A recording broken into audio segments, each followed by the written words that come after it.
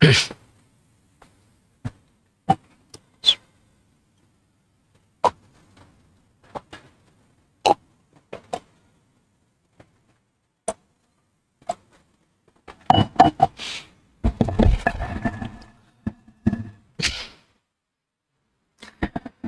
بالله من الشيطان الرجيم. بسم الله الرحمن الرحيم. إن الحمد لله نحمده ونستعينه ونستغفره ونعوذ بالله من شرور أنفسنا من يهده الله فلا مضل له ومن يضلل فلا هادي له.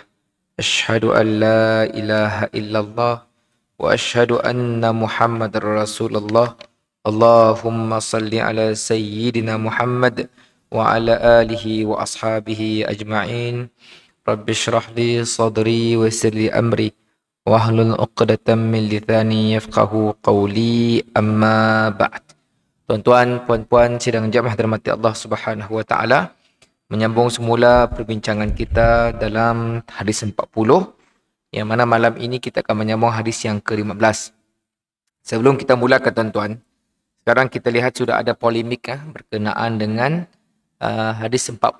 Kalau tuan-tuan perhatikan dalam situasi negara kita, bila mana KPM, Kementerian Pendidikan Malaysia, menjadikan hadis 40 sebagai modul pengajaran untuk budak-budak pelajar-pelajar Islam, ada polemik. Ada yang, wallahu alam, saya sih pasti, cuma viral, 5 hadis daripada hadis 40 telah dikeluarkan daripada modul pengajaran tersebut. Dan salah satu hadisnya, hadis yang telah kita baca, iaitu hadis yang ke-8. Berkenaan dengan perkataan uqatil. Perangilah. Jadi, apa yang saya respon adalah, pertama, hadis 40, kalau tuan-tuan nak belajar hadis, maka hadis 40 adalah satu asas yang sangat baik untuk kita mula belajar. Sangat baik. Itu yang pertama. Sebab kita tidak dapat belajar hadis terus ambil Sahih Bukhari, terus ambil Sunan Abu Daud yang agak tinggi. Yang bermula dengan hadis 40 dahulu. Itu yang pertama. Yang kedua, berulang atau acap kali mengulang-ulangkan, belajar hadis tidak dapat ambil hadis syarah ikut ataupun terang ikut kefahaman masing-masing. Contoh perkataan uqatil.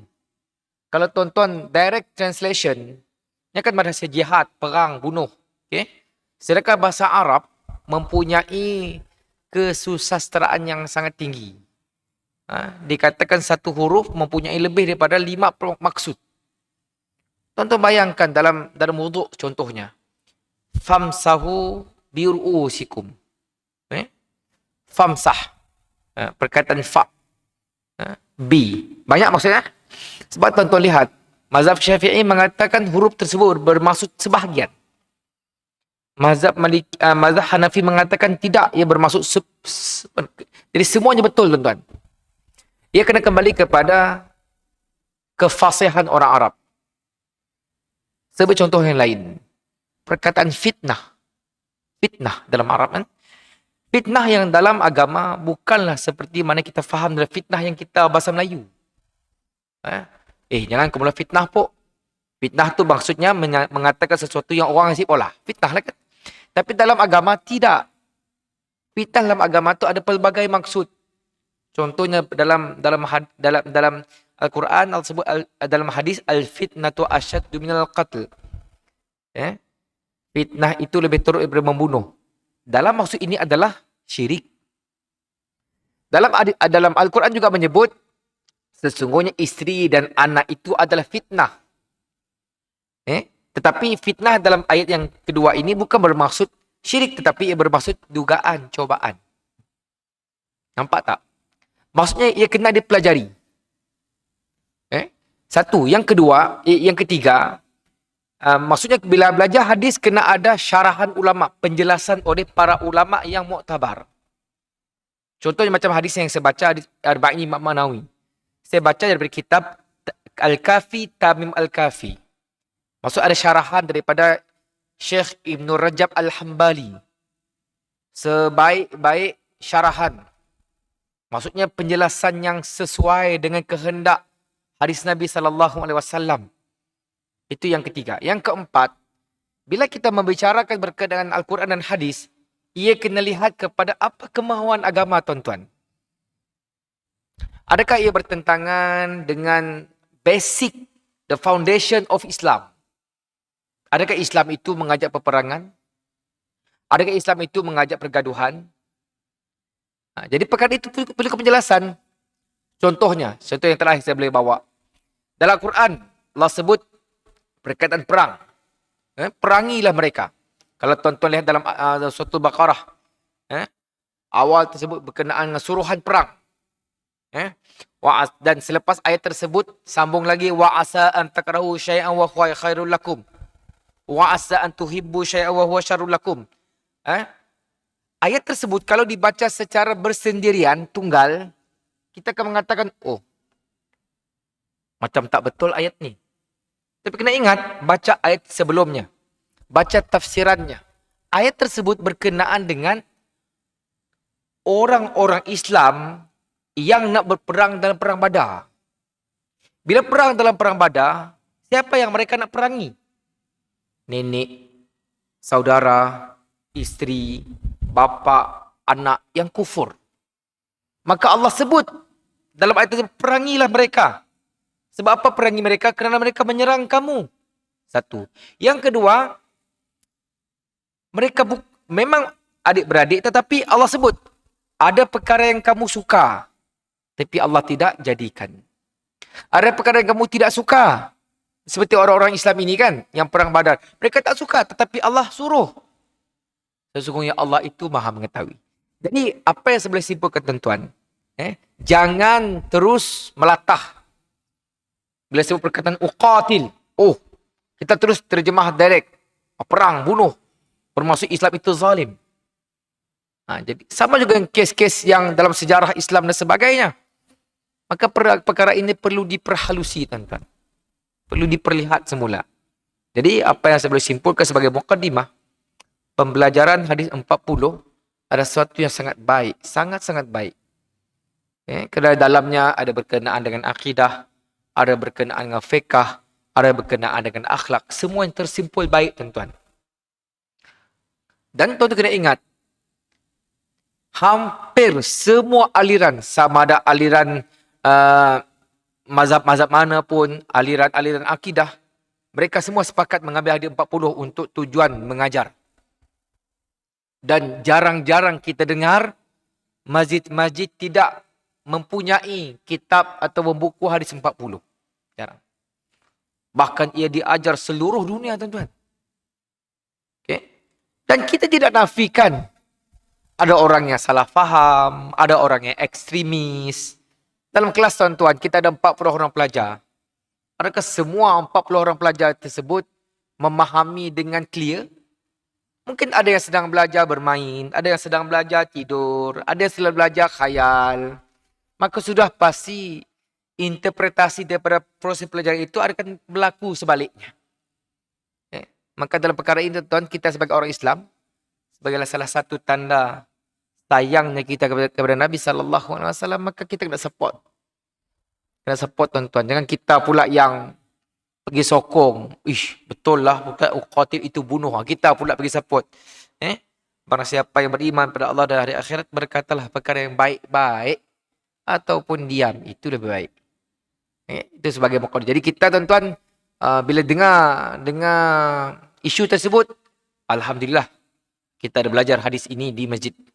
Jadi kita melihat tidak ada pun perkara-perkara yang pelik, perkara-perkara yang mengajak kepada perpecahan. Bila orang katakan, oh, hadis ini tidak sesuai dengan kerajaan perpaduan, something wrong.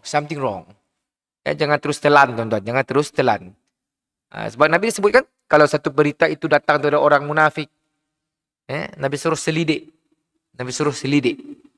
Apatah lagi kalau berita-berita tersebut datang dari orang yang bukan Islam. Kena selidiklah. Lebih-lebih perkara yang disebut itu perkara yang berkaitan dengan agama kita. Shame on us. Kita rasa malu kalau kita tidak boleh bertahankan Rasulullah SAW. Apa itu kata Buya Hamka? Apa, tuan-tuan? Kalau agama kita diperkotak-katikkan, kita tidak boleh mempertahankan, maka sediakanlah kain kafan. Siapa lagi tuan-tuan yang kita boleh harapkan untuk mempertahankan agama kita? Okay, itu sebagai mukadimah supaya kita tahu apa perkembangan yang sedang berlaku. Okay? Jadi kita belajar hadis ke-15. Menarik hadis ini. Tajuknya berbudi bahasa, menghormati tetamu dan jiran. Berbudi bahasa, menghormati tetamu dan jiran. Daripada Abi Hurairah radhiyallahu an, bahwa Rasulullah sallallahu alaihi wasallam bersabda, "Man kana yu'minu billahi wal yaumil akhir falyakul khairan aw liyasmut." Baru tadi saya sebut hadis ini kita dah sebut.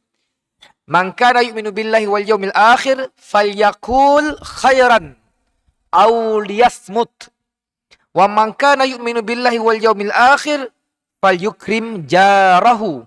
Wa man kana yu'minu billahi wal yaumil akhir falyukrim dhaifah." 3 suruhan Nabi SAW yang dikaitkan dengan keimanan. Dengar tuan-tuan. Sesiapa yang beriman, itu satu suruhan. Sesiapa yang beriman kepada Allah dan hari akhirat. Sudah pasti kita mengatakan aku beriman. Aku beriman pada Allah dan akhirat. Maka pertama kata Rasulullah, hendaklah dia berkata baik. Berkata bagus, sopan santun lah. Jangan kelakar kasar-kasar. Anu-anu. Kalau tidak mampu ataupun diam.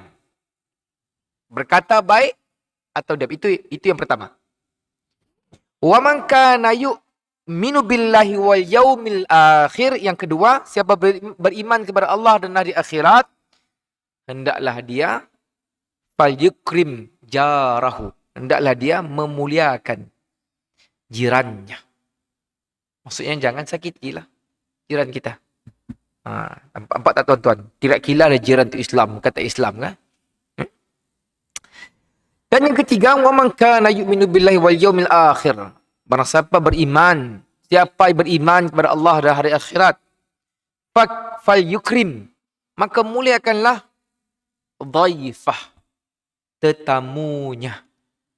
Maksudnya, itu hadis dari Bukhari dan Muslim.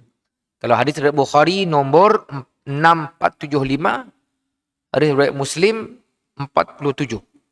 Hadis ini diriwayatkan oleh Abu Hurairah. Kita dah cerita sedikit tentang Abu Hurairah, seorang sahabat Nabi sallallahu alaihi wasallam yang memeluk Islam agak lewat. Namun dengan doa Nabi sallallahu alaihi wasallam beliau banyak menghafal hadis. Antara sahabat Nabi yang kerjanya banyak mengumpul hadis daripada Nabi sallallahu alaihi wasallam, beliau menghafal 5,374 hadis. Dan sebahagian besarnya ada dalam Musnad Ahmad. Salah seorang juga periwayat hadis itu sebanyak 3,848 hadis. Seorang yang mendapat doa Nabi sallallahu alaihi wasallam, maka tidak peliklah walaupun beliau meluk Islam di saat akhir umur Rasulullah sallallahu alaihi wasallam, namun beliau dapat menghafal banyak hadis Nabi sallallahu alaihi wasallam. Macam Anas bin Malik. Bukankah ibu kepada Anas bin Malik mohon Nabi supaya doakan beliau panjang umur, anaknya ramai, keturunannya ramai? Betul. Anas bin Malik cucunya, keturunannya ramai tuan-tuan, dan beliau meninggal umur lebih 100 tahun. Anas bin Malik. Begitu juga dengan sahabat-sahabat yang lain, Abdullah bin Abbas, Abdullah bin Mas'ud, antara sahabat-sahabat Nabi yang mendapat doa Nabi sallallahu alaihi wasallam. Okey. Dan beliau ini juga Abu Hurairah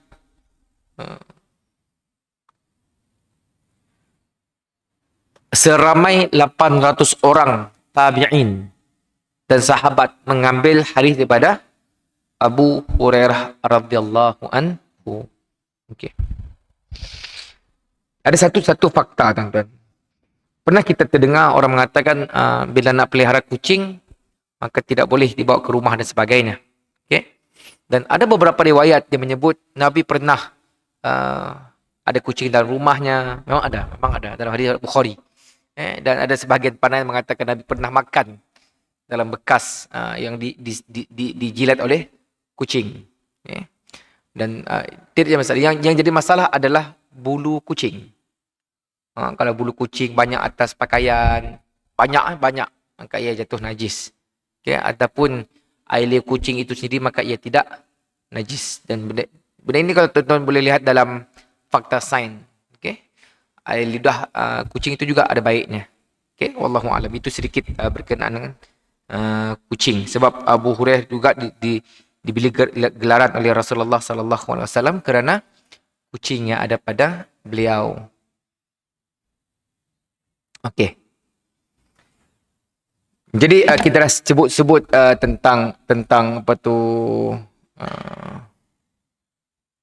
Abu Hurairah radhiyallahu an.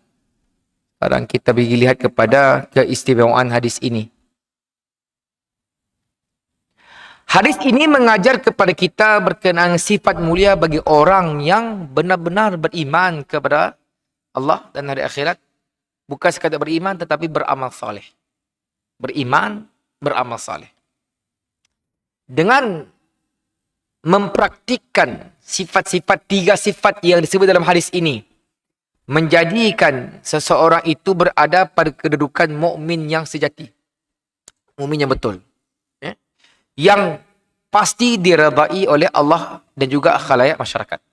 Jadi di sini kita boleh melihat tuan-tuan bahawa Islam itu tidak hanya mementingkan hablum minallah semata-mata. Dalam agama kita tidak hanya mementingkan hubungan dengan Tuhan semata-mata, tapi juga melihat kepada hubungan hablum minan nas. Kena jaga. Tuan-tuan lihat dalam 4 salat. Sebagai contoh. Nabi kalau ada orang yang sembahyang, bau bawang kuat, Nabi suruh balik. Sebab mengganggu orang lain. Bahkan Nabi SAW ketika menjadi imam, terdengar ada anak menangis di belakang, Nabi akan percepatkan salat. Dan bila Nabi SAW dapat komplain, Muaz baca panjang ketika jadi imam, Nabi tegur tuan-tuan. Nampak tak? Jadi Islam itu tidak mengganggu orang. Islam itu memudahkan. Islam itu menjaga ukhuwah. Bukannya Islam itu menyusahkan orang. Islam itu mengganggu gugat orang. Bila kita melaungkan sesuatu yang kuat di masjid, yang selain pada azan boleh menyebabkan ada masalah di luar, kena lihat. Kalau bau mulut pun Nabi kata, jauhi saf kami. Nabi bila jadi imam dengar anak menangis di belakang, Nabi pendekkan salat. Kan? Jadi itu sebagai antara bukti-bukti bahawa Islam sangat menjaga hubungan. Bukan sekadar hubungan dengan Allah, tetapi juga hubungan sesama manusia. Hubungan sesama manusia. Itu yang pertama. Itu adalah specialities yang dibawakan oleh Imam An-Nawawi dalam hadis ini. Sebab itu dia letak, dihimpun. Sebab itu saya katakan tadi, Arba'in An-Nawawi ini sangat menarik. Sebab ia sangat sesuai untuk dibaca di mana-mana masjid. Dan kepada mana-mana peringkat umur manusia. Daripada sekecil-kecil budak sampailah ke umur yang agak emas. Sudah veteran. It's okay. Semua boleh terima tuan-tuan. Tidak terlalu berat dan tidak terlalu ringan. Dan ia menarik untuk kita apply. Untuk kita jadikan panduan dalam kehidupan kita. Okey. Yang kedua, ulama dan hadis. Ibnu Hajar Al-Asqalani berkata, hadis ini adalah antara ungkapan yang pendek. Ungkapan yang ringkas tetapi padat daripada baginda Nabi sallallahu alaihi wasallam. Bukankah Nabi itu diberi satu kelebihan? Ucapan yang pendek, ringkas tetapi padat dengan pengajaran, padat dengan ilmu, padat dengan perkara-perkara yang boleh kita jadikan sebagai panduan dalam kehidupan kita. Dan ia mencakupi 3 perkara secara umumnya yang bergabungkan di antara kemuliaan akhlak, perbuatan dan perkataan. Saya ulang. Hadis ini terbaik tuan-tuan Kerana ia menggabungkan di antara kemuliaan akhlak satu, kedua perbuatan, yang ketiga perkataan. Kemuliaan akhlak, perkataan, dan perbuatan digabung sekali. Okey?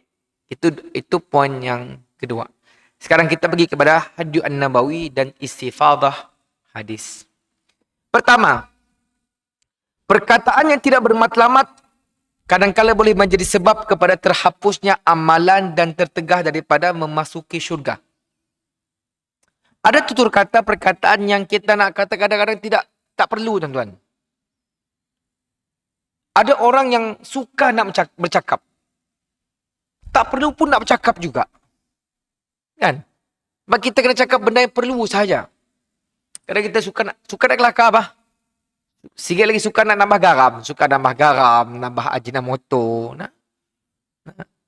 Cukup. Kalau kita rasa kita perlu cakap.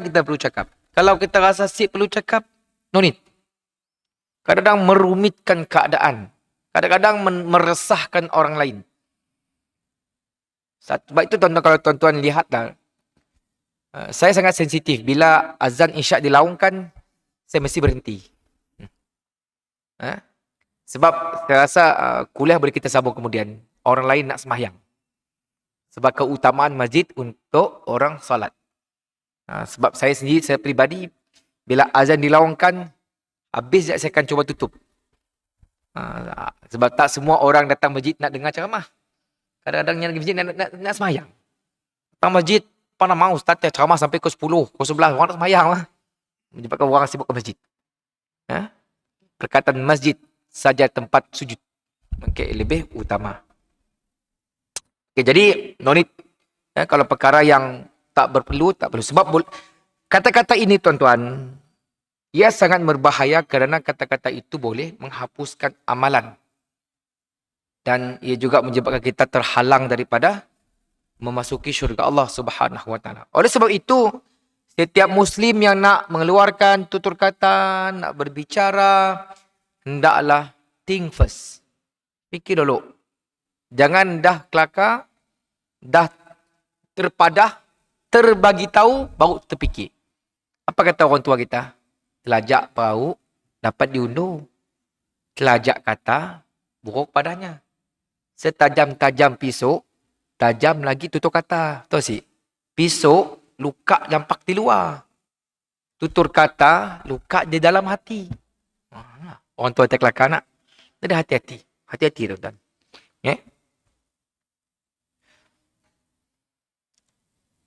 Sebab setiap tutur kata ini kita kena fikirkan supaya apa yang kita keluarkan akan memberi satu ganjaran pahala di sisi Allah Subhanahu Wa Taala. Itu yang kita nak. Sekiranya ucapan itu boleh membawa keburukan dan tersebar kebatilan, kesesatan, kerosakan, maka hendaklah ditahan. Lagi-lagi dalam keadaan sekarang, tuan-tuan, kita lihat macam-macam isu. Contoh yang pernah viral, Abang Tesla. Ingat Abang Tesla? Kes kahwin 2, kahwin 3. Kan? Kita tak nafikan memang ada perempuan yang terasa.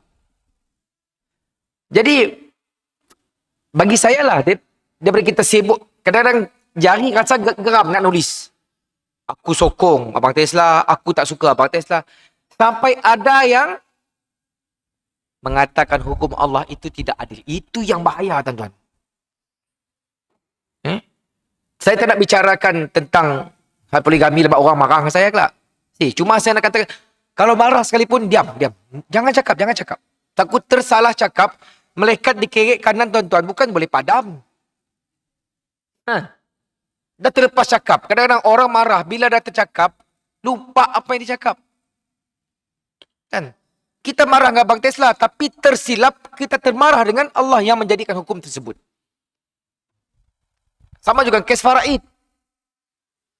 Faraid si adil. Astaghfirullahalazim. La ilaha illallah. Siapa kata faraid tak adil, tuan-tuan?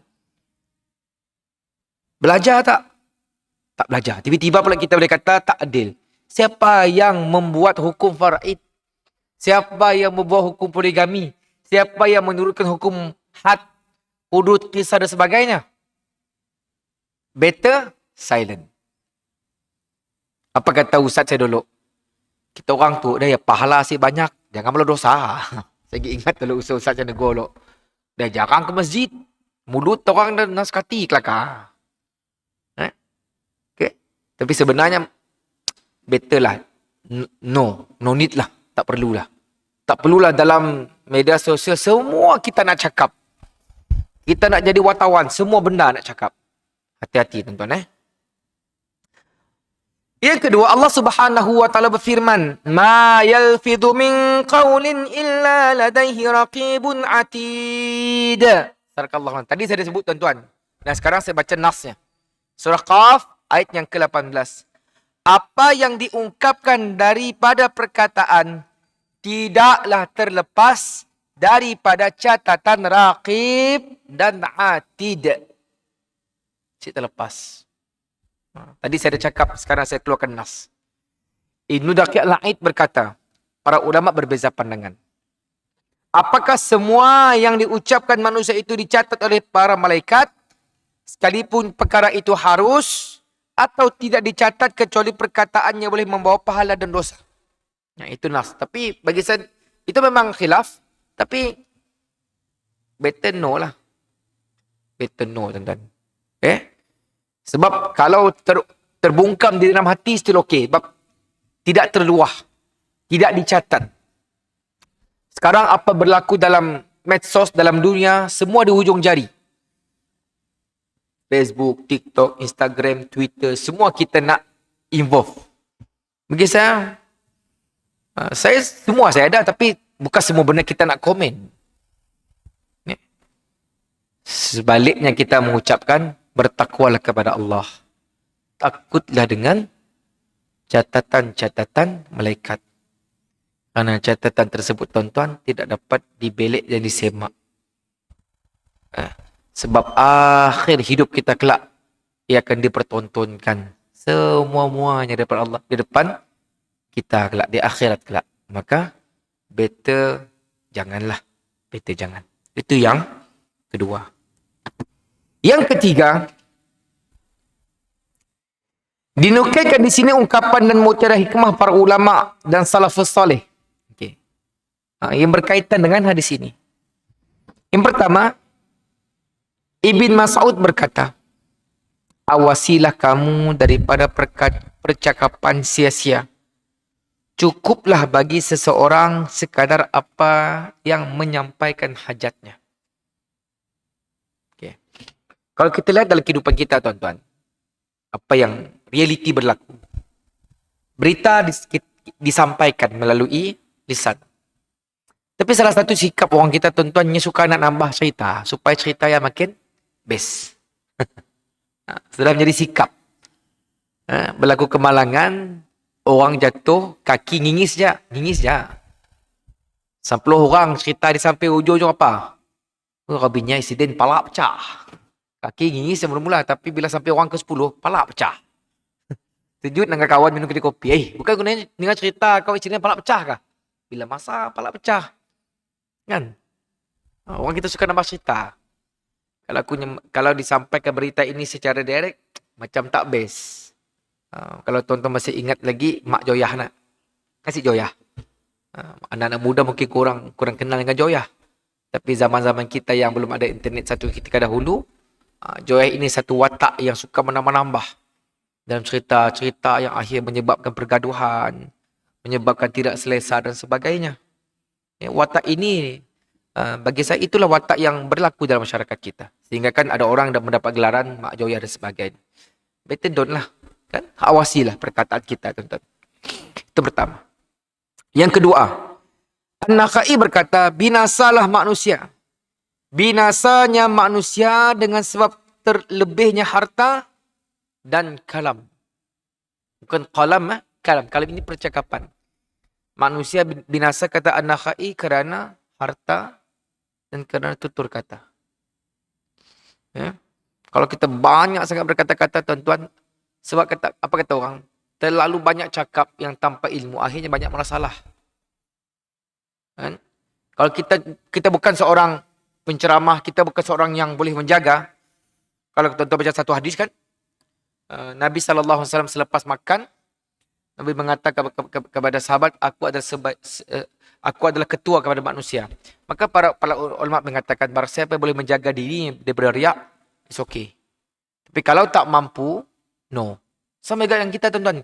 Kalau kita bila bercakap, pasti buat salah. Bila kita bercakap, pasti ada di tekuk tambah, baik aku diam. Terlebih cakap, terlebih harta, boleh membinasakan kita. Tuan-tuan boleh lihat kan, berita-berita dunia, rasuah dan sebagainya. Kan? Okay? Itu yang kedua. Yang ketiga, Abdullah ibn Umar berkata, anak Umar Al-Khattab. Apa katanya? Jangan banyakkan percakapan. Jangan banyakkan kalam. Tanpa zikrullah.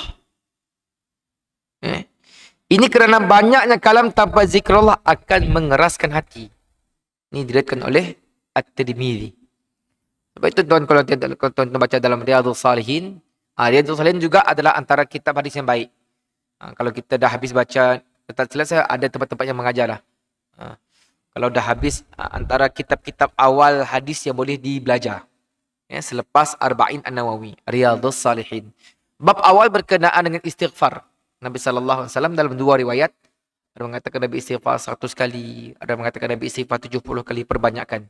Dan surah Nuh juga disebut, perbanyakkan istighfar akan menambah rezeki dan sebagainya. Wallahu a'lam.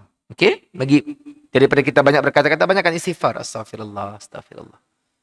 Okey, itu yang ketiga. Yang kedua terakhir, tadi kata-kata Ibnu Umar, anak Umar, sekarang kata-kata Umar Al-Khattab. Apa kata Umar? Siapa yang banyak kalamnya, maka banyak gugurnya. Dan siapa yang banyak gugurnya, banyak dosanya. Dan siapa yang banyak dosanya, neraka lebih aula baginya. Okay. Hadis riwayat At-Tabarani. Kecuali perkara-perkara yang perlulah.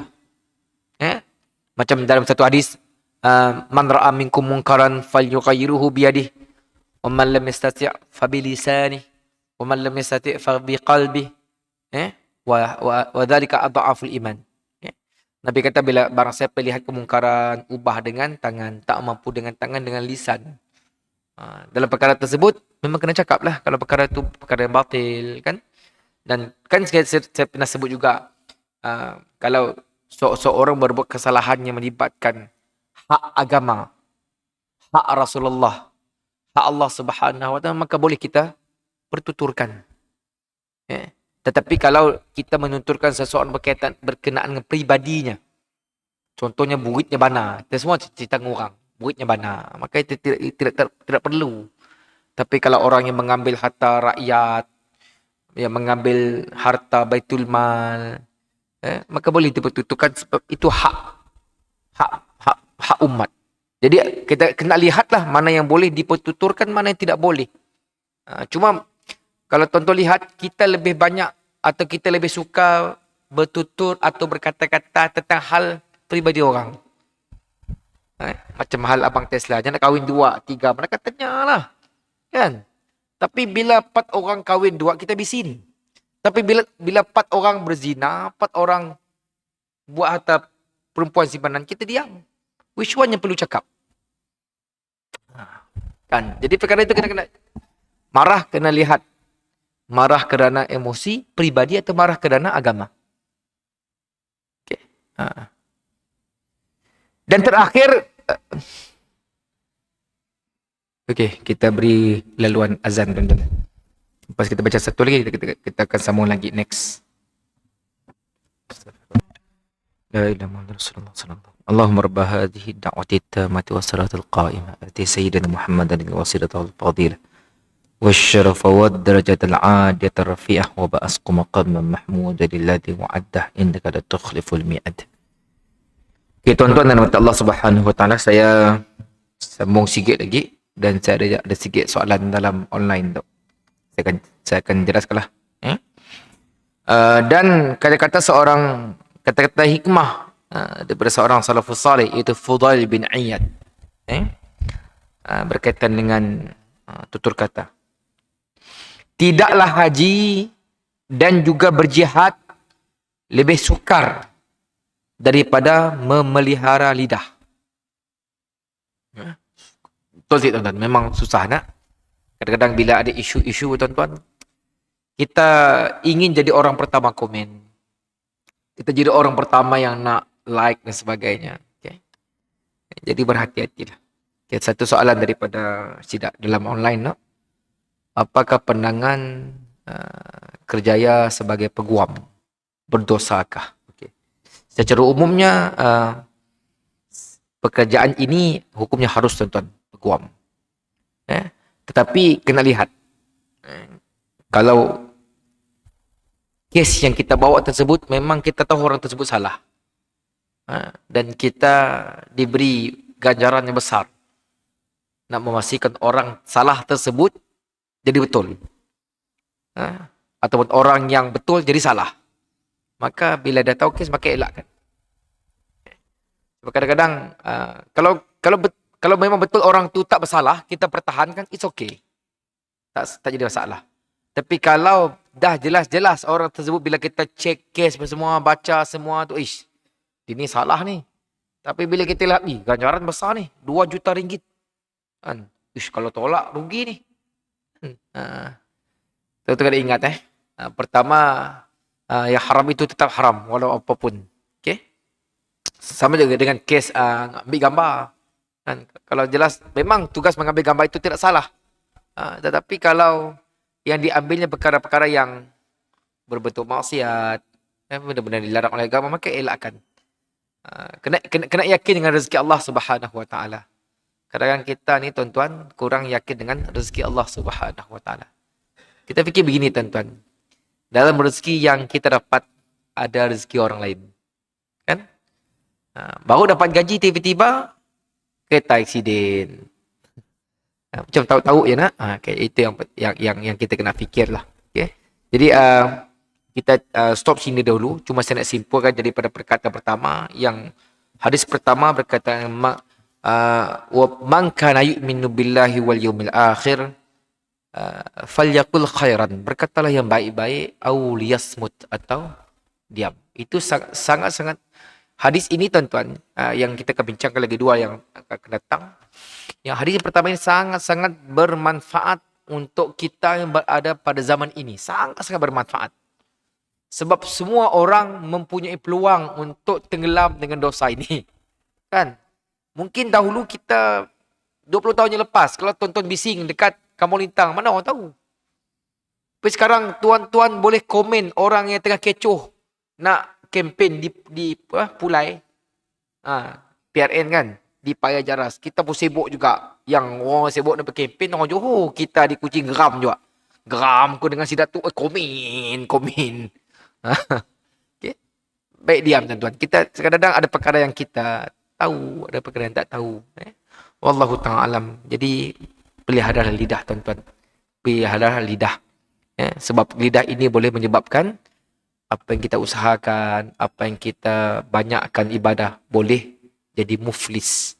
Sebab Nabi pernah, saya tutup dengan satu hadis Nabi SAW. Bila Nabi bertanya para sahabat, kamu tahu tak apa itu muflis? Maka sahabat menjawab, muflis adalah orang yang tidak punya harta. Maka jawab Nabi SAW, muflis adalah orang yang, muflis di akhirat adalah orang yang di akhirat datang dengan pahala salatnya, datang dengan pahala puasa, zakat dan seterusnya. Tapi dia menzalimi orang, tutur kata yang menyakiti orang, makan harta anak yatim. Dan setiap perbuatan-perbuatan salah itu nanti tuan-tuan, orang yang dia lakukan salah itu akan mengambil pahala daripadanya. Sampai habis. Habis pahala tuan-tuan, then what next? Orang yang dia katakan tersebut kan ada dosa. Dosa tersebut pula transfer kepada orang yang mengatakan perkara-perkara yang tidak baik. Akhirnya, sehinggalah kata Nabi SAW, sehinggalah dia dilemparkan ke dalam neraka Allah Subhanahu Wa Taala. Jadi berhati-hatilah dengan lidah kita tuan-tuan. Kalau perkara yang tidak perlu kita berkata-kata, better not. Melainkan perkara yang berkaitan dengan agama, berkaitan dengan hak Allah, hak Rasul, maka kalau nak berkata sekalipun kena Kena tawang tadi, jangan jadi mulut yang ada insuran lah tawang. Kelakar yang baik-baik lah. Wallahu ta'ala a'lam. InsyaAllah kita akan sambung lagi pada 2 minggu akan datang dengan cerita tentang memuliakan tetamu dan jiran. Apakah hak-hak tetamu, apakah hak-hak jiran yang kita perlu jaga sebab ia berkaitan dengan iman kepada Allah dan hari akhirat. InsyaAllah kita tutup dengan membaca tasbih kafarah dan suratul asr.